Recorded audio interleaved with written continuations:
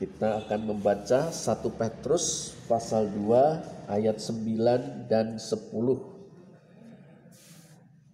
Bila ibu bapak, saudara-saudara sudah menemukannya, mari kita baca bersama-sama 1 Petrus 2 ayat 9 dan 10. Tetapi kamulah bangsa yang terpilih, imamat yang rajani, bangsa yang kudus, umat kepunyaan Allah sendiri, supaya kamu memberitakan perbuatan-perbuatan yang besar dari Dia yang telah memanggil kamu keluar dari kegelapan kepada terangnya yang ajaib. Kamu yang dahulu bukan umat Allah, tetapi yang sekarang telah menjadi umat-Nya, yang dahulu tidak dikasihani, tetapi yang sekarang telah beroleh belas kasihan. Demikian firman Tuhan. Berbahagialah kita yang membaca dan melaksanakan firman Tuhan dalam hidup kita. Ibu bapak, saudara-saudara sekalian yang dikasihi Tuhan, kita tiba di tanggal 1 November. Berarti tinggal 2 bulan lagi kita bergulir mengakhiri perjalanan kita di tahun 2020, memasuki kelak nanti tahun 2021 yang terbilang lebih berat daripada tahun-tahun sebelumnya, karena kita semua bergumul dengan pandemi COVID-19. Kita belum tahu 2021 yang akan datang. Nah, tema pemberitaan firman Tuhan kita ini adalah lain dulu, lain sekarang. Lain dulu, lain sekarang. Mungkin bisa dibaca lain tahun 2019, lain tahun 2020. Barangkali dalam hal kekasan pergumulan kita sekarang ini. Tapi ibu bapak saudara, memang ungkapan lain dulu, lain sekarang itu bisa dimaknai secara negatif loh. Kalau dulunya baik, sekarang buruk. Kan juga lain dulu, lain sekarang. Dulunya setia mengikut Tuhan, sekarang tidak setia, lain dulu, lain sekarang. Tapi dalam artian yang negatif. Tapi tentu yang dimaksud dengan tema kita ini positif. Dulu tidak percaya, sekarang percaya. Dulu tidak setia, sekarang setia. Tetapi kalau kita baca nats kita dengan menyadari konteksnya dalam surat 1 Petrus secara utuh, memang dahsyat sekali ibu bapak saudara. Lain dulu, lain sekarang ini. Ibu bapak saudara, kita tidak asing sebetulnya dengan firman Tuhan dalam 1 Petrus 2 ayat 9 dan 10 ini. Khususnya ayat 9 kita hafal karena terbantu oleh sebuah nyanyian rohani, bahwa kita ini bangsa yang terpilih, imamat yang rajani, bangsa yang kudus, umat kepunyaan Allah sendiri. Betul sekali. Nah, bagi para pembaca mula-mula surat 1 Petrus, ungkapan-ungkapan ini sangat istimewa. Moga-moga begitu juga buat kita sekarang. Mengapa sangat istimewa? Karena latar belakang mereka. Ibu bapak saudara, latar belakang para pembaca mula-mula 1 Petrus ini terbilang sangat tidak menguntungkan. Mereka ini orang-orang pinggiran, orang-orang yang di mata masyarakat dianggap sebagai sampah masyarakat, atau sekurang-kurangnya Orang-orang yang tidak dapat dipandang setara dengan warga masyarakat pada umumnya. Kita membaca di ayat 1 pasal 1 ya. Pasal 1 ayat 1, mereka disebut sebagai para pendatang, para epidemos dalam teks Yunani.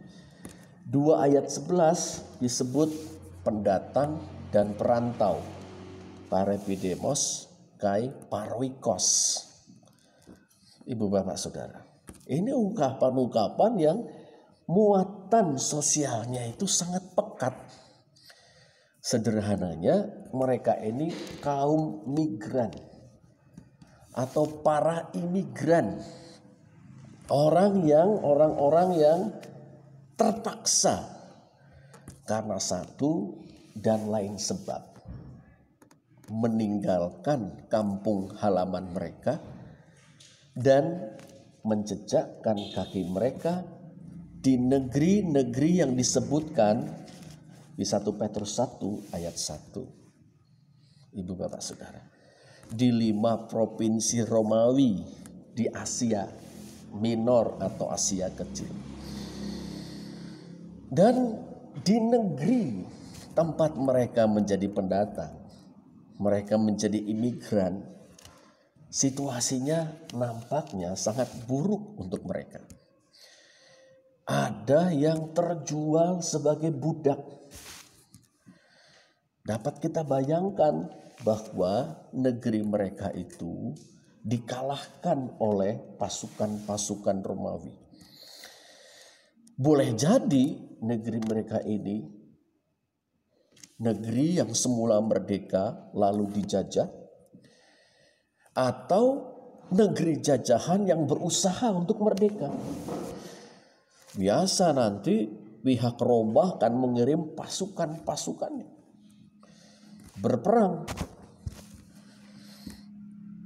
Menang, ada jarahan, tapi juga ada tawanan. Nah, kebiasaan pada waktu itu para tawanan akan dijual sebagai budak di pasar-pasar budak. Dapat dibayangkan orang-orangnya diangkut dari negeri mereka, dibawa ke negeri orang, dijual dan menjadi budak. Kita bisa membaca di pasal 2 ini, Bapak Saudara, ayat yang ke-18. Hei hamba-hamba. Itu dalam bahasa Yunaninya oiketai, budak-budak. Hai mereka budak. Budak itu sama nilainya dengan ternak. Hidup untuk diperas, bukan hanya tenaga mereka. Badan dan jiwa mereka sepenuhnya milik tuan pemilik budak itu. Hidup mati mereka bergantung pada kemurahan hati pemilik budak. Mereka berbuat kesalahan sedikit, kalau pemilik budak ingin membunuhnya, tidak ada hukum yang akan mempidanakan pemilik budak. Mereka melarikan diri dari rumah majikan mereka, dikejar oleh polisi Romawi, ditangkap, dijatuhi hukuman mati. Ibu bapak saudara, nah ini budak-budak. Ada yang agak sedikit beruntung, kaum perempuan yang boleh jadi terjual sebagai budak, tapi diperistri oleh laki-laki setempat yang bermurah hati. Agak sedikit beruntung, kita baca di pasal 3 ayat 1. Tetapi menurut masyarakat pada waktu itu, kaum perempuan itu adalah warga kelas 2. Bukan hanya warga kelas 2, bahkan manusia kelas 2. Masyarakat Yunani Romawi terbiasa dengan pandangan perempuan itu setengahnya laki-laki. Akal budi perempuan separuhnya akal budi laki-laki. Wah, ini ada yang jadi budak, ada yang sedikit mendingan kaum perempuannya menjadi istri laki-laki setempat, tetapi dengan kedudukan yang lazim waktu itu rendah, nomor 2 saja. Tapi yang lain-lain, ibu bapak saudara, berkeliaran. di 5 provinsi Romawi di Asia kecil itu. Mereka menyebut diri mereka sebagai Eleuteroi, orang-orang merdeka. Kemungkinan mereka ini adalah pelarian-pelarian politik. Negeri mereka ditaklukkan Romawi, mereka kalah tapi mereka tidak tertawan. Atau mereka tertawan tapi melarikan diri. Dan mereka membanjiri kota-kota di Asia kecil itu dengan kemarahan yang menyala-nyala kepada negara Romawi. Nah, itu kita bisa baca dalam pasal 2 ayat yang ke-13. Mereka benci sekali kepada negara Romawi, kepada rajanya yang disebut sebagai kaisar, kepada para gubernurnya yang disebut sebagai hegemonoi. Marah, mau memberontak, perang. Ada lagi yang kemudian menjadi kriminal atau penjahat-penjahat. Bisa kita baca dalam ayat yang ke-14 itu ada kata orang yang berbuat jahat. Kakopoios, kriminal, biasa mencuri, merampok, membunuh. Seperti nanti kita bisa baca di pasal 4. Wah, ini sampah-sampah masyarakat. Syukur kepada Allah, kemudian Injil diberitakan di antara mereka. Injil diberitakan di antara kaum migran yang malang ini. Dan syukur kepada Allah, banyak di antara mereka yang bertobat, yang menerima Yesus Kristus sebagai Tuhan dan Juru Selamat. Nah, ini dia ceritanya, Ibu Bapak Saudara. Jadi latar belakang mereka yang gelap seperti itu, kemudian mereka mendengar Injil Yesus Kristus. Sampai sekarang Ibu Bapak Saudara, kita meyakini betapa pentingnya Injil diberitakan juga di kalangan imigran. Nah, kita bersyukur gereja-gereja di Asia, khususnya di Asia Tenggara dan Asia Timur, giat melaksanakan misi di kalangan para migran, khususnya buruh migran. Di Hong Kong misalnya, di Taiwan misalnya, Injil diberitakan dan banyak orang yang kemudian dimenangkan bagi Kristus. Di Eropa, khususnya di Belanda, di Jerman, banyak kaum imigran, khususnya dari Timur Tengah. Memang menimbulkan persoalan sosial di sana. Seperti yang kita dengar berita beberapa hari terakhir ini di Paris, Prancis. Tetapi menarik sekali, gereja-gereja di Belanda dan di Jerman berjuang untuk kaum migran, supaya boleh mendapatkan perlakuan manusiawi, supaya boleh mendapatkan tunjangan sosial dari negara. Yang menarik, tidak sedikit di antara kaum migran yang berasal dari Timur Tengah itu yang kemudian percaya pada Tuhan Yesus, menerima Tuhan Yesus, bertobat. Tentu kita tidak menutup mata pada persoalan-persoalan sosial yang ditimbulkan dengan keberadaan kaum migran itu. Di awal tahun 2017 yang silam, saya berkesempatan untuk ditugasi oleh Sinode hadir di konferensi 500 tahun Reformasi Protestan. Wah, di sana berkumpul para teolog dan aktivis Kristen dari berbagai negara, dan indah sekali kesaksian dari orang-orang Eropa, para aktivis Kristen di Eropa yang berjuang supaya kaum imigran di sana mendapat perlakuan yang manusiawi, dan banyak yang kemudian mengenal Yesus Kristus sebagai Tuhan dan Juru Selamat. Nah, Ibu Bapak Saudara, kita membaca kembali 1 Petrus 2 ayat 9 sampai 10 ini. Kepada orang-orang yang tanda petik malang ini, Rasul Petrus bilang, kamulah bangsa yang terpilih, imamat yang rajani, bangsa yang kudus, umat kepunyaan Allah sendiri. Ini ungkapan-ungkapan yang berdasar dalam perjanjian lama. Barusan dalam intro itu saya membacakan Keluaran 19 ayat 5 dan 6. Dalam teks Yunaninya terdapat frase-frase, istilah-istilah yang kemudian muncul dalam 1 Petrus 2 ayat 9 dan 10 ini. Ungkapan imamat yang rajani, kalau kita terjemahkan harafiah itu kerajaan imam. Itu dia. Kerajaan imam. Malkut hakohanim dalam bahasa Ibrani, Basileus Hieretiuma dalam bahasa Yunani, kerajaan para imam. Apa artinya itu kerajaan para imam? Sebuah kerajaan yang warganya adalah orang-orang yang beribadah kepada Allah, yang melayani Allah, yang memanjatkan syafaat kepada Allah bagi dunia, dan yang menyalurkan berkat-berkat Allah kepada dunia ini. Itu artinya imamat yang rajani. Artinya kerajaan imam. Kerajaan yang warganya, rajanya Allah, rakyatnya para imam. Para imam ini menyembah Allah. Para imam ini melayani Allah.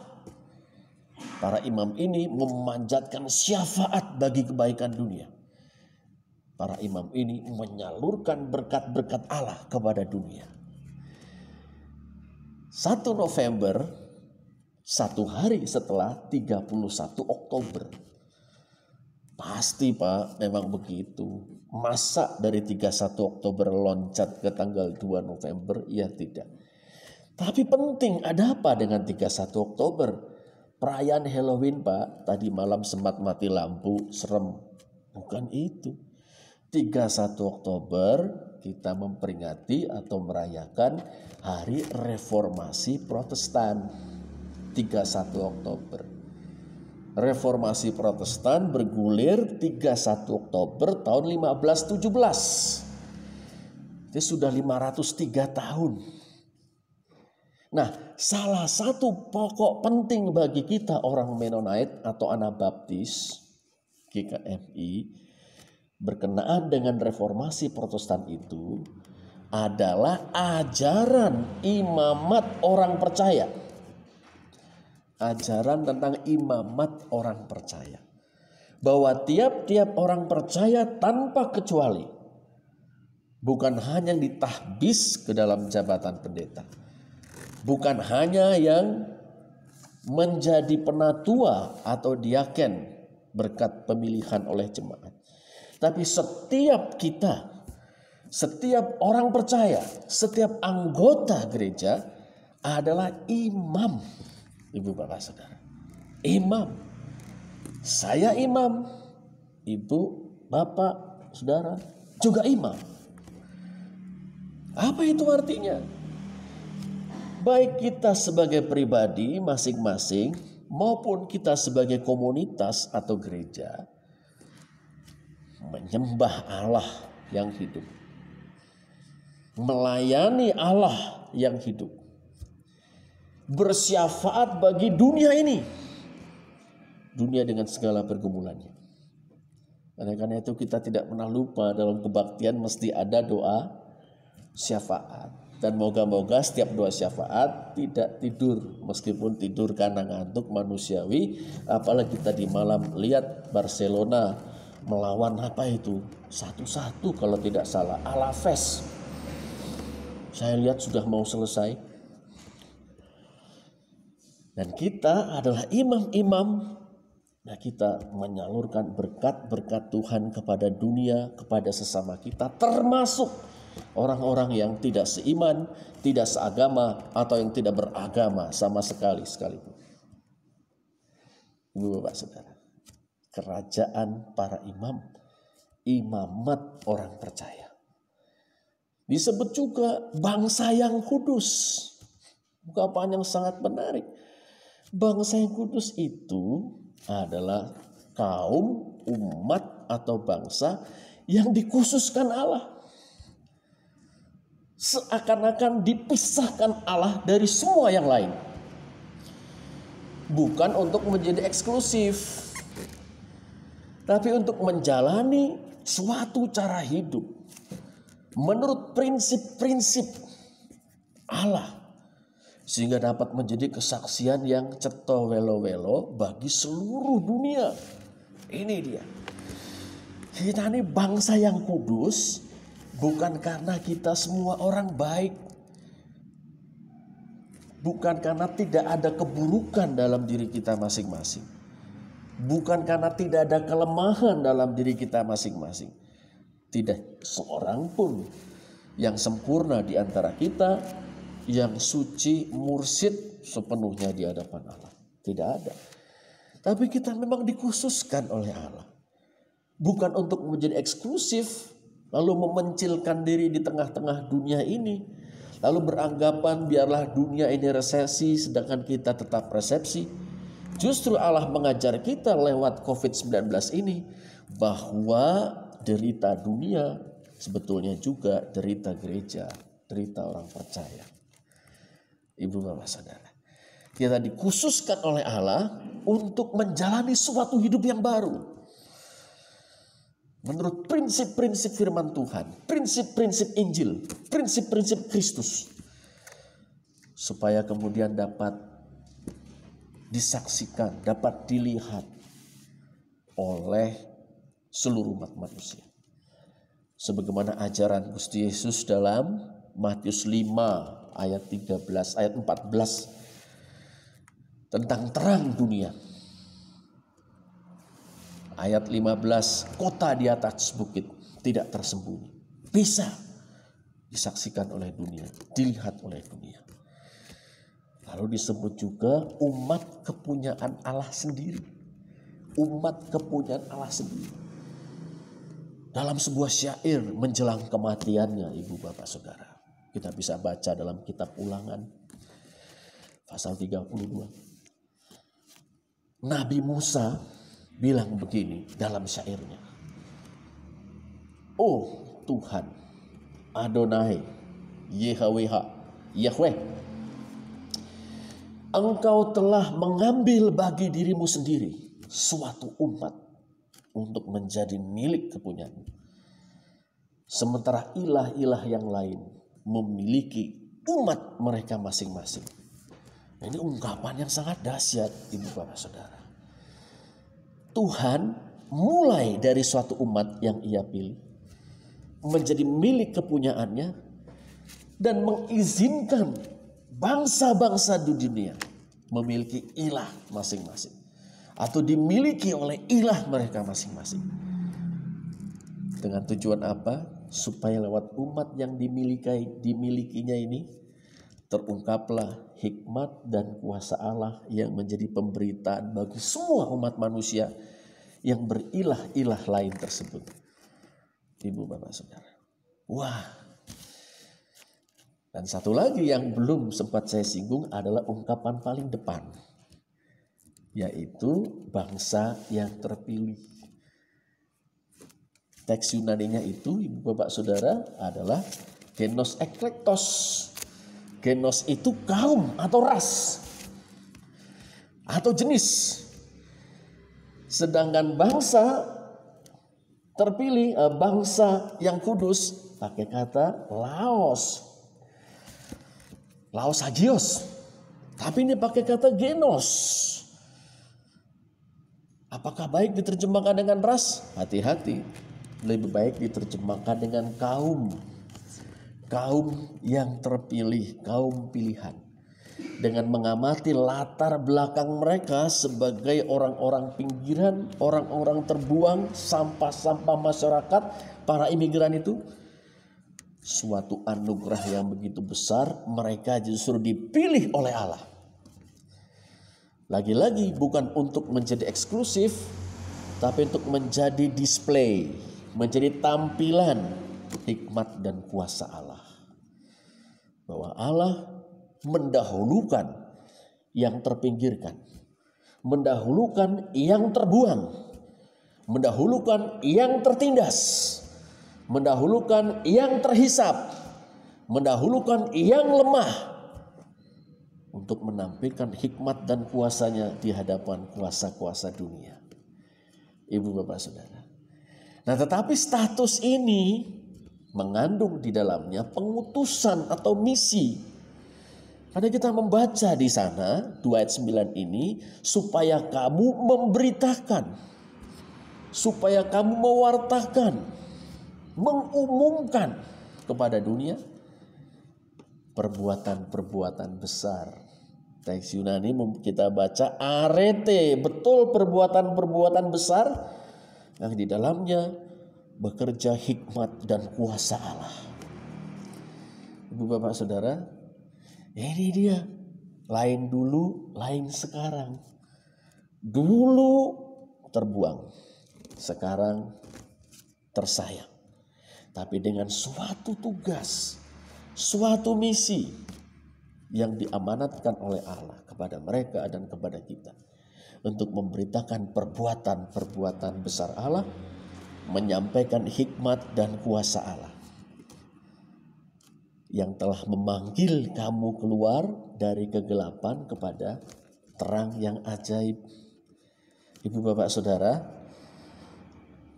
kamu yang dulu bukan umat Allah, sekarang menjadi umatnya. Beberapa kali pernah saya bercerita betapa pentingnya kata umat di sini. Kata laos dalam bahasa Yunani atau dalam bacaan Ibraninya. Penting sekali. Umat Allah adalah kaumnya Allah, kerabatnya Allah. Ibu bapak saudara, ini suatu hal yang sangat khas Alkitabiah. Saya pernah bercerita pengalaman berbincang dengan Pak RW dalam kesempatan ronda malam waktu saya tinggal di Kudus beberapa tahun yang silam. Pak RW ini mengatakan, Mas Rudi, bagi kami sebutan umat Tuhan itu salah. Demikian Pak RW berkata, seorang anggota Muhammadiyah. Saya sangat tertarik dengan kata-kata tersebut. Mohon dijelaskan Pak. Saya meminta kepada beliau.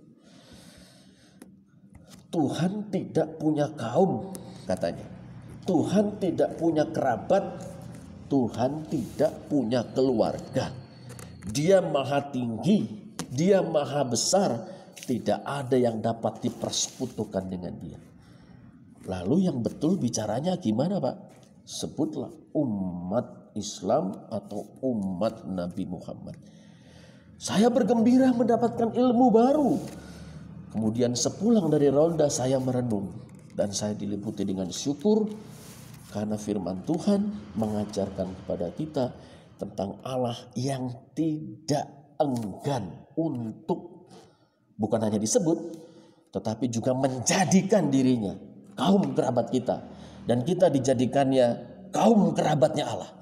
Dan untuk itu, ia menebus kita dengan kematian Kristus Putra Tunggal.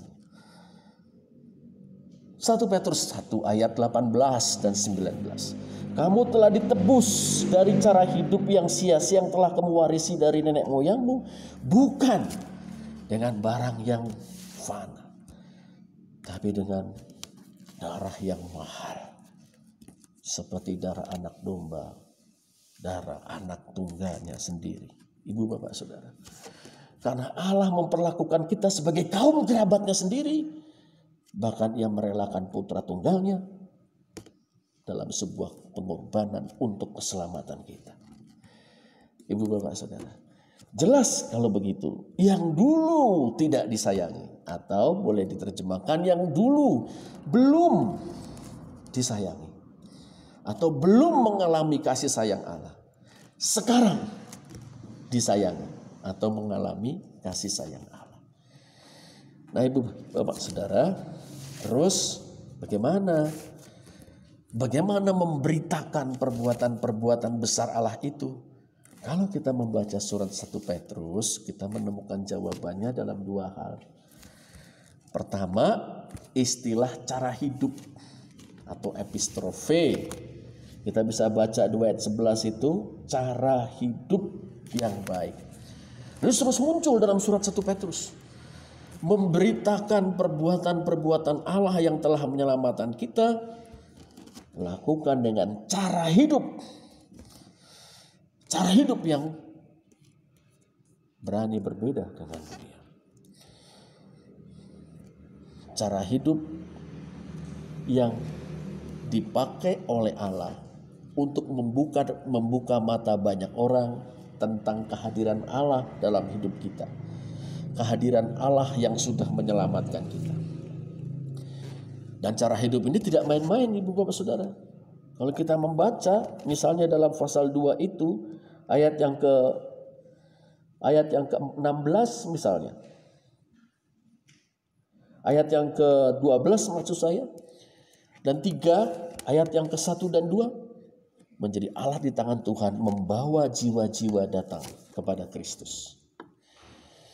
Lalu satu lagi di pasal 3 ayat 15 dan 16 bahwa kita siap untuk memberikan pertanggungan jawab kepada siapapun yang bertanya tentang pengharapan kita.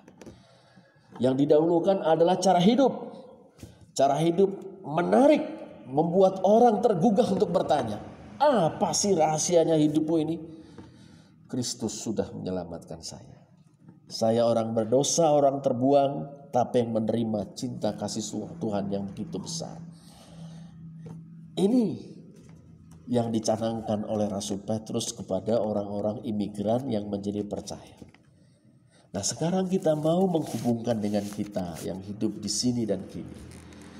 Selain tanggal 31 Oktober hari Reformasi Protestan, kita juga memperingati Sumpah Pemuda 28 Oktober tahun 28. Para pemuda dari berbagai suku bangsa di tanah air ini berkumpul di Jakarta dalam Kongres Pemuda yang kedua. Disitulah para pemuda, para pemudi berikrar bahwa mereka itu satu nusa, satu bangsa, satu bahasa Indonesia. Bertanah air satu, tanah air Indonesia. Berbangsa satu, bangsa Indonesia. Berbahasa satu, bahasa Indonesia. Bertanah air atau tumpah darah yang satu, memang Indonesia ini terdiri dari ribuan pulau. Tidak kurang dari 16.000 pulau. Orang bilang malah 17.000 pulau. Suku-suku bangsanya banyak, bahasanya beragam. Tapi para pemuda dan pemudi waktu itu berikrar satu nusa, satu bangsa, satu bahasa Indonesia. Nah, ikrar ini mestinya tidak boleh dulu dan sekarang berbeda. Harus tetap sama. Tapi kita juga menyadari bahwa kita ini masih menjumpai bahkan mengalami yang namanya ketidakadilan di negeri ini. Ketidakadilan, intoleransi, diskriminasi bagi kaum yang tanda petik disebut sebagai minoritas. Sulit mendirikan rumah ibadah. Kebaktian di rumah tidak boleh. Rumah kok untuk kebaktian, untuk ibadah. Kalau kebaktian ya di gereja. Mendirikan gereja dipersulit. Negara yang berpancasila yang kita cintai seakan-akan lebih sering tidak hadir untuk membela minoritas itu. Dan seakan-akan membiarkan yang mayoritas itu bersimaharajalela. Waduh. Tapi kemarin peristiwa pernyataan Presiden Macron Prancis langsung mengundang reaksi dari pemerintah kita. Menegur duta besar Prancis untuk Indonesia. Presiden pun ikut bicara. Menko Polhukam nge-tweet juga bicara soal itu. Menteri Agama yang mengaku menteri semua agama tapi bertindak lebih seperti menteri satu agama itu juga bicara. Mengecam Macron, mengecam Charlie Hebdo. Lupa bahwa majalah Charlie Hebdo itu majalah liberal, menjunjung free speech, bebas bicara dalam matriks sekularisme. Banyak orang beragama hanya menginginkan nikmatnya hidup di negara sekuler, tapi menolak duri-duri tajam di negara tersebut. Sehingga menjadi cengeng, gampang marah dan ngamukan. Tapi kaum minoritas di Indonesia termasuk kita, termasuk umat Hindu, termasuk umat Buddha, termasuk umat Konghucu, termasuk penghayat kepercayaan atau agama-agama asli Indonesia, sudah terbiasa dan tidak menjadi cengeng. Ibu bapak saudara, jangan salah tangkap. Pernyataan ini bukan untuk mengatakan kita tidak cinta lagi pada negeri dan bangsa kita. Justru terkait dengan Sumpah Pemuda ini, justru karena kita adalah bangsa yang terpilih, kerajaan imam, bangsa yang kudus, umat kepunyaan Allah sendiri. Dalam situasi ini kita ingin berkata, meskipun mendapat perlakuan tidak adil, meskipun sering dan acap kali didiskriminasi dan mengalami perilaku intoleransi, kita tidak akan kehilangan kecintaan, tidak akan luntur kecintaan kita kepada negeri dan bangsa ini. Bahkan kita mau terus berjuang bersama-sama dengan semua orang yang berkehendak baik, dari golongan manapun, dari agama manapun,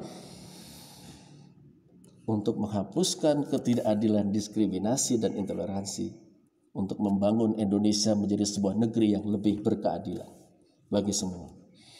Dan dalam kaitan inilah ibu bapak saudara, penting untuk kita menghidupi sebuah cara hidup yang berbeda dengan cara hidup menurut filosofi dunia. Yang kuat, yang menang, bukan itu yang kita. Yang banyak, yang benar, bukan itu yang. Pembalasan kejahatan dengan kejahatan, bukan itu yang kita hidupi. Kita mau terus konsekuen menghidupi kasih. Kita mau konsekuen menghidupi perdamaian. Kita mau konsekuen mengatakan yang benar itu benar, yang salah itu salah. Kita mau konsekuen menjadi orang-orang yang bisa dipercaya, arlek amancan. Biar jelek asal mantap dan bisa dipercaya. Ibu saudara, dan kita juga mau menjauhkan diri dalam kesaksian hidup kita, bahkan ketika kita menjawab pertanyaan-pertanyaan orang yang tidak percaya. Jauhkan diri dari menjelek-jelekan agama-agama lain. Melihat perkembangan di YouTube sangat menarik. Ada begitu banyak channel yang memuat kesaksian-kesaksian orang yang menerima Tuhan Yesus akhir-akhir ini. Makin banyak, puji Tuhan. Tapi juga ada channel-channel yang justru menjelek-jelekan agama lain. Menjelek-jelekan terutama sekali agama Islam. Mengobarkan permusuhan, kebencian kepada agama Islam dan umat Islam.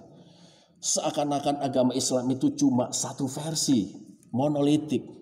Ada banyak ragam aliran dalam Islam. Dan tidak semua, sedikit saja sebetulnya yang suka intoleransi, diskriminasi, dan kekerasan. Tapi video-video yang kebiah-uyah menuding Islam sebagai agama teroris dan kekerasan, itu hanya mengobarkan, semakin menyala-nyala api kebencian kepada anak-anak Tuhan. Dan sulit bagi kita bersaksi tentang kasih dan perdamaian jika kita sibuk menjelek-jelekan agama atau kepercayaan orang lain. Ibu bapak saudara, mari kita akhiri pemberitaan firman ini dengan meringkaskan pokok-pokok permenungan kita. Pertama, seperti halnya orang-orang Kristen imigran pembaca mula-mula 1 Petrus. Kita bersyukur pada Allah. Oleh anugerahnya kita menjadi kaum pilihan Allah. Imamat yang rajani, bangsa yang kudus, umat kepunyaan Allah sendiri. Bukan supaya menjadi eksklusif menikmati berkat-berkat Allah bagi kita sendiri, tapi supaya kita boleh bersaksi memberitakan perbuatan-perbuatan besar, hikmat dan kuasa Allah lewat cara hidup kita dan kesiapan kita menceritakan siapa yang telah mengubah hidup kita, siapa yang telah menyelamatkan kita.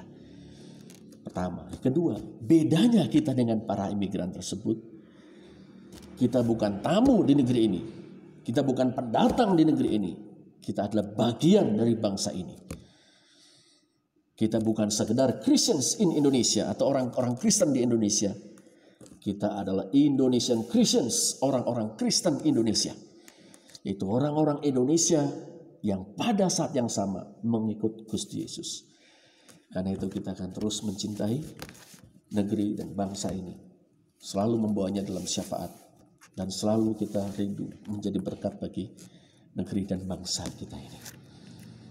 Tuhan Yesus menolong kita sekalian untuk mengolah hidup kita sebagai hidup yang mengabarkan, memberitakan perbuatan-perbuatan besar Allah yang telah menyelamatkan kita. Amin.